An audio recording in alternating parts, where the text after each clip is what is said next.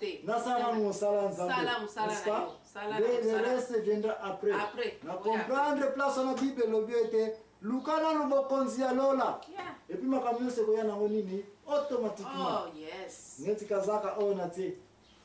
C'est yote pesa yango. Est-ce que na senga ka? Na senga ka te yomo ka komenga bakazo somenga kazaka na ngai siko na tele mara ngai. Merci mingi émission papa le toli ko idolâtrie. Idolâtrie mama ani na zaleka ko lobaete ozalaki na raison ya ko lobaete. Raison bat bazali ko kende ko kota na bandako ya nganga. Na kosala nini? Koluka ba protection. Parce que bazali koluka nzela mbangu ba solution pressé protection bazo kasaka nzamba za na lola apesa ya mote ya mwana muntu ba wiko mona awiko sona ye awiko monle makambo awiko protéger awiko batela awiko kanga nzoto. Kasi mama na likambo ngana na bakisa ni corona oyo eke idolâtrie mususu pe ezali koleka na église na biso. Ambo? Ezali pa ignorance. Et yango tozali kolobela sikoyo. Ndeko na ngai, précisément ba pasteur. Précisément ba sali ya Nzambe. Na lingi to sala pe attention na recherche o ezali koya e ko zabiso kaka seconde pona ko comprendre yango. Question liboso na zana yango yo. Ya makambo ezali koleka na église na biso nyonso. C'est na ngai. Est-ce que aussi oyoka kombo ya monstre? Oh yeah, la sina yoka koma monster, kombo ya vampire. Bazali. Bazali. Vampire. Oui, Bazali. Ba monstre. Bazali. Ba kisimbi. Bazali.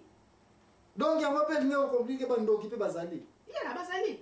Azapuna ke donc d'après ndoki azanani. Ndoki ezali mutu oyo bomoni alali wana me ye wana pumbwe. Mu akei. Akei. Donc azana nzoto. Chair. Et puis alongo na chair akomi na esprit. Na esprit. Et puis tamonso abimi na esprit azongi sur na chair. De wana ndoki n'est-ce pas? Ozasi ke batango bazali. Bazali.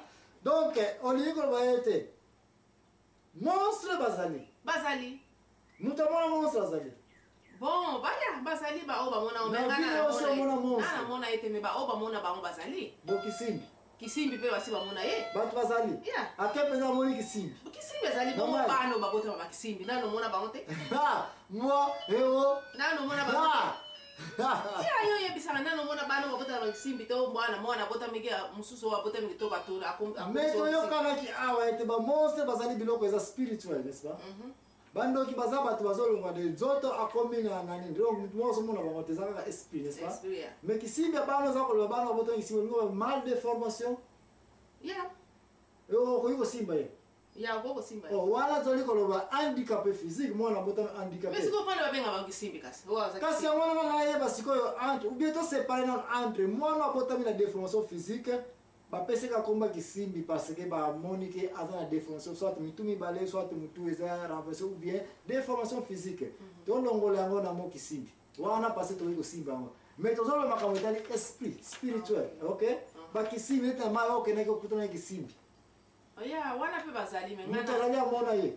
Bato o bazali ba o ba mona ye bazali Non pepe péri par manque de connaissance ndeko na nga ko ya ko mona ete. Tozali ko vivre dans la société où ezali ke batu tozali ko croire tozali trop crédible.